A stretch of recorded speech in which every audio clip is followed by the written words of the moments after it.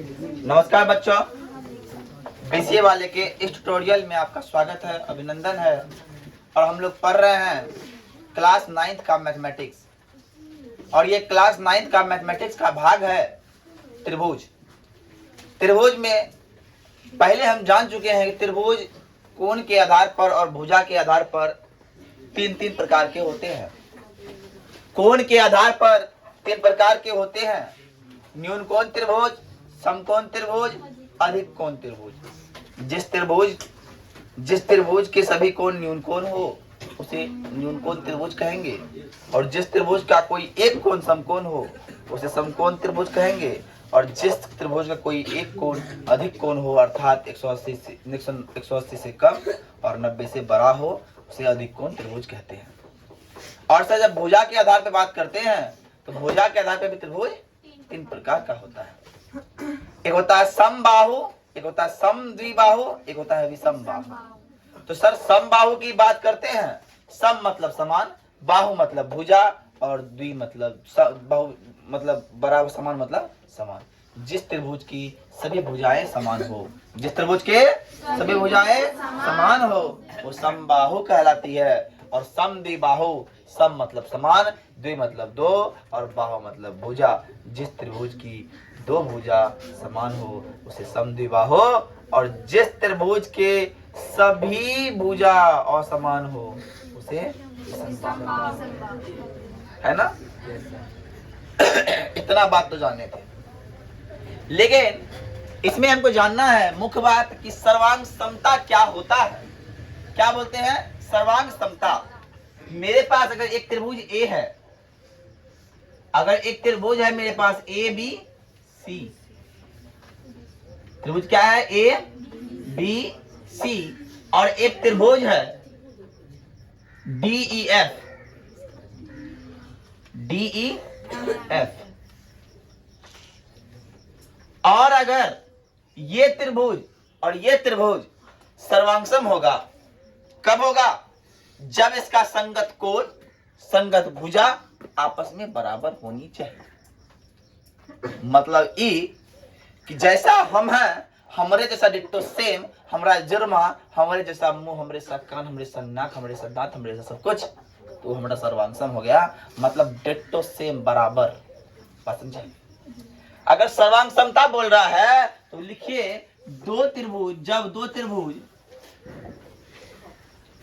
जब दो, मुंह से कोई आवाज नहीं निकालेगा, जब 2 त्रिभुज की संगत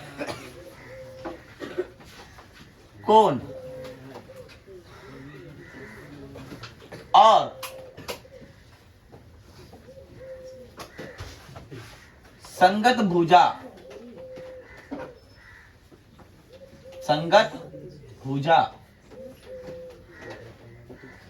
समान हो तो वे दोनों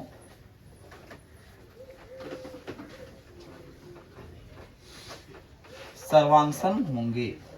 वे दोनों सर्वांगसम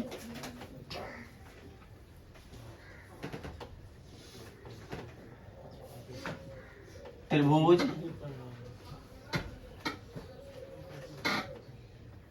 होंगे। आइए,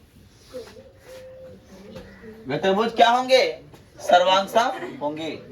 अब सर सर्वांग समता का कसौटी होता है, अब होता है सर्वांग समता का कसौटी, है ना।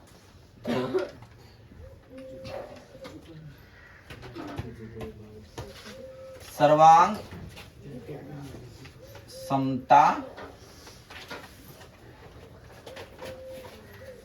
की कसौटी, सर्वांग समता की कसौटी, ये क्या होता है सर? है? तो देखिए पहला कसौटी है जिसका नाम है SAS। ध्यान समझिएगा, इस नाम में ही ये सारा स्टेटमेंट छिपा हुआ है। आप लोग को याद रटने की जरूरत नहीं पड़ेगा। करना क्या है सर, ध्यान समझिए। एस मतलब होता है साइड, एस मतलब होता है साइड, और ए मतलब होता है एंगल, एंगल, और साइड, एस मतलब साइड, मतलब साइड एंगल साइड, भुजा कोण भुजा, मतलब भुजा कोण भुजा, मतलब कितना बार भुजा है जी, एक बार भुजा और दो बार भुजा, और कोण कितना बार, मतलब ये कि हमारे पास अगर दो त्रिभुज है, हमारे पास अगर दो त्रिभुज है, हमारे पास क्या है, दो त्रिभुज है, तो दो त्रिभुज का अगर ये भुजा और ये भुजा, एक भुजा बराबर हो गया, और ये भुजा और ये भुजा बराबर हो गया, तो दो भुजा बराबर, और इस दोनों भुजा को निरोध करने वाले कौन कौन बन रहा है, यहां बन रहा है कौन, ये वाला और कौन, और ये वाला कौन क्या हो, बराबर हो, तो हम कहेंगे, क्या कहेंगे कि भैया दो त्रिभुज जो है सर्वांगसम है। क्या है, सर्वांगसम, क्या है, सर्वांगसम, मतलब ये यदि दो त्रिभुज की दो भुजा एक दूसरे त्रिभुज के आपस में बराबर हो, और उसका अंतर्गत करने वाला या संगत करने, निर्गत करने वाला कोण आपस में बराबर हो, तो हम कहेंगे सर, क्या कहेंगे, त्रिभुज क्या है, सर्वांगसम है। ऐसे आकृति से मान लो त्रिभुज में क्या है, ए बी बराबर डी और ए सी बराबर डी एफ, और कोण ए बराबर कोण बी। इस स्थिति में क्या होगा, त्रिभुज सर्वांगसम होगा। आप लोग नोट कीजिए फटाफट, देखिए। अब दूसरा सर्वांग समता कसौटी का नियम नंबर 2 बोलता है सर कि हम क्या हैं, ए एस ए है। ए का मतलब एंगल, एस का मतलब साइड, ए का मतलब एंगल, एंगल साइड एंगल, मतलब कोण भुजा कोण, मतलब कोण भुजा कोण, मतलब ई कि दो गो कोण, मतलब ई कि मान लो हमारे पास कोण ए बराबर कोण डी हो गया, और कोण सी बराबर कोण एफ हो गया, तो भुजा ए सी और भुजा डी एफ बराबर होगा, तो हमारा दोनों त्रिभुज क्या होगा, क्या होगा, सर्वांगसम होगा। क्या होगा, क्या होगा, सर्वांगसम। तो ध्यान समझिए, इसके मतलब ये है कि कोण ए बराबर कोण, कोण सी बराबर कोण एफ, इसीलिए को भुजा ए सी बराबर एफ, तो त्रिभुज क्या होगा, त्रिभुज क्या होगा सर, सर्वांगसम होगा। सर्वांगसमता का 2 कसौटी आप लोग जान चुके हैं। अब देखते हैं आगे कौन आता है, तो नोट कीजिए फटाफट। और एक बात, सर्वांगसमता को दिखाने का चिन्ह कैसे होता है, यहां देखिएगा, है ना, इसे मतलब किसे, सर्वांगसमता को, देख रहे हैं, इसके इस है ना, ये इसे डैश के मतलब इसके द्वारा दर्शाया जाता है, दर्शाया जाता है, मतलब दो त्रिभुज सर्वांगसम है। अगर हम बोल रहे हैं कि त्रिभुज ए बी सी, त्रिभुज ए बी सी और त्रिभुज डी ई एफ सर्वांगसम है, तो बीच में लिख देंगे सर्वांगसम, ऐसे ये हो गया सर्वांगसम। आई बात समझ में, आई बात समझ में, इसका मतलब क्या है, सर्वांगसम है, इसका मतलब क्या है, सर्वांगसम। देखो ये जो चैप्टर पढ़ा रहे हैं ये सबसे यूनिक चैप्टर है क्लास 9th में। अब बताते हैं, हम अभी बता रहे हैं, क्लास 10th के मैथमेटिक्स से कहीं भारी है क्लास 9th का मैथमेटिक्स, और ये हम डंके की चोट पर गारंटी से बताते हैं कि बाजार में क्लास 9th का मैथमेटिक्स इस तरह से कोई नहीं पढ़ाता है, और खास करके इस चैप्टर 6-7 चैप्टर नहीं पढ़ाएगा। बताए कैसे पढ़ाएगा, तुम जहाँ पढ़ता होगा देखना, अपना दोस्त यार को देखना, उन लोग सब पूरा किताब खत्म कर लिया होगा, लेकिन चैप्टर 6 से 7 नहीं पढ़ाया होगा मास्टर। अक्सर जगह सब ने पढ़ाया होगा, अक्सर टीचर नहीं पढ़ा होगा क्योंकि बहुत टफ क्वेश्चन है। अब इसमें बताते हैं इसमें क्या होगा। अब इसमें तुम लोग को जल्दी सब कुछ बहुत कुछ समझ में जल्दी नहीं आएगा, बहुत कुछ जल्दी समझ में नहीं आएगा। तो मास्टर को लगा बच्चा को लगा सर समझ में तो आ नहीं रहा है, मास्टर अच्छा पढ़ा, मास्टर अच्छा पढ़ा नहीं रहा है। लेकिन बात ये है कि चैप्टर ही टफ है। चैप्टर 6 और 7 जो है आपस में लिटरली बताते हैं बहुत टफ चैप्टर है जो क्लास 11th लेवल का है। लेकिन हाँ फिर भी हम पढ़ाते हैं। तुमको थर्ड के लिए हम बुरा लगेंगे लेकिन तो जिंदगी से तो अब मान लो डॉक्टर क्या करे, ऑपरेशन करे, ऑपरेशन करना छोड़ दे, अब क्या करे उस पर खाली मरहम पट्टी करते जाए, मरहम पट्टी, घाव बढ़ रहा पर दर्द नहीं हो रहा आदमी को, क्या वो सही है? नहीं। थोड़ा दर्द हो जाए पर घाव खत्म हो जाए तो वही बात है। थोड़ा तकलीफ देंगे तुम लोग को भी, है ना, समझने थोड़ा दिक्कत होगा लेकिन समझिए पहले इसको, कोशिश कीजिए। ठीक है, उतारिए पहले फटाफट, ध्यान समझिएगा। इस प्रश्न को ध्यान से समझना है। सब कॉपी किताब बंद कर दो और पहले ध्यान समझो। काय के सावधानी हटी दुर्घटना घटी वाला यह कहानी में जाएगा। हमरे पास एक चतुर्भुज दिया हुआ है, क्या है? चतुर्भुज ABCD, ये बीच का रेखा को हम देख रहे हैं। चतुर्भुज दिया है और चतुर्भुज में एक बात बोल दिया है। क्या बोला है? ध्यान समझिएगा क्या बोला है। तो बोला है चतुर्भुज में भैया AC बराबर AD है, मतलब ई वाला भुजा और ई वाला भुजा आपस में बराबर है। और दूसरा बात बोला है भुजा AB जो हम खींचे हैं कोण एक को समद्विभाजित करता है, समद्विभाजित, समान दो भाग में बांटता है, समान दो भाग में बांटता है। एकरा मतलब हाई वाला कोण और हाई वाला कोण आपस में समान होगा। तो हमने कहा AB कोण A को समद्विभाजित करता है, अर्थात इसका नाम क्या है? कोण का नाम CAB।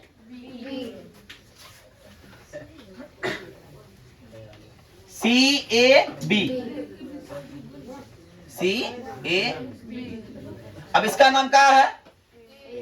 नहीं, BAD, इसलिए हो गया BAD। हम बताए थे कौन लिखने का तरीका। अगर कौन B लिखेंगे तो ABC या CBA, कौन A लिखेंगे तो BAC या CAB, जिसको लिखेंगे वो बीच में रहेगा। बताए थे। अब आइए, हमको अब यहां तक तो बात समझ में आ गया। अब वो सिद्ध करने बोल रहा है। सिद्ध करने क्या बोल रहा है? देखिए सिद्ध करने बोल रहा है, सिद्ध करना है, सिद्ध करना है कि त्रिभुज ABC सर्वांगसम है त्रिभुज ABD के। हमको इस सर्वांगसम करके दिखाना है। और सर्वांगसम का हम दो नियम पढ़े हैं। क्या पढ़े हैं सर? ASA और SAS, मतलब यही दोनों नियम में फिट होना चाहिए। अगर फिट नहीं हुआ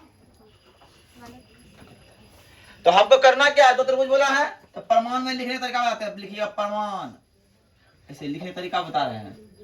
पूरा चैप्टर टेक्निक वाला चैप्टर है। त्रिभुज ABC और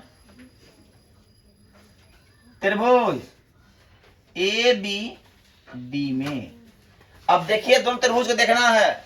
टुकुर टुकुर त्रिभुज को देखते रहना, त्रिभुज को, इसको उसको दिखाना है, इसको उसको दिखाना है, और दिखाना है कि मिल कोई तीन चीज हो रहा है कि नहीं रहा है। दिखाते हैं। पहला चीज, इस त्रिभुज का एक भुजा हमें पास दिया है AC बराबर AD। हाँ, AC बराबर मतलब AB का AC और ABD का AD आपस में बराबर है। और कुछ बराबर दिख रहा है सर? दिख रहा है। इस त्रिभुज का हाई वाला कोण और इस त्रिभुज का हाई वाला कोण बराबर है। क्या नाम है? CAD और BAD या DAB बोलिए, BAD बोलिए, बराबर है। हमारे पास एक भुजा एक कोण मिल गया, या तो एक कोण मिला है तो भुजा मिलाना है। अब कुछ मिल नहीं रहा है सर, कुछ क्या नहीं मिल रहा है। तो ध्यान से एक चीज आपको दिखता होगा, ए बी भुजा इस त्रिभुज में भी है और ए बी भुजा इस त्रिभुज में भी है, दोनों में है। जो चीज दोनों में है मतलब ए बी बराबर दोनों में भी, इसमें भी ए बी और इसमें भी। अब जब जो चीज दोनों में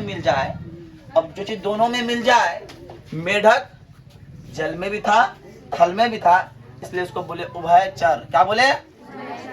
और इसीलिए जब ये भुजा दोनों मिल गया इसको बोले उभयनिष्ठ भुजा। क्या बोले?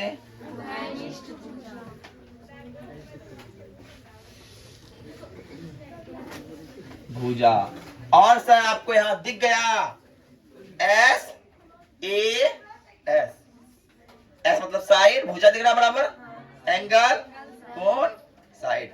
तो हम लिखेंगे इसीलिए त्रिभुज ए बी सी सर्वांगसम है त्रिभुज ए बी डी के। क्यों है? क्यों है? एस ए एस सर्वांग है, एस ए एस, हाँ एस ए एस सर्वांग समता कसौटी से। क्या इसमें समझने में कोई दिक्कत हुआ किसी बच्चे को? जरा सा दिक्कत है बताओ, खुल के बताओ, हम सबसे सुनाएंगे। इसमें हमको लगता नहीं कि दिक्कत होगा, इतना तोड़ के बताए हैं। ठीक है, उतारिए पहले इसको।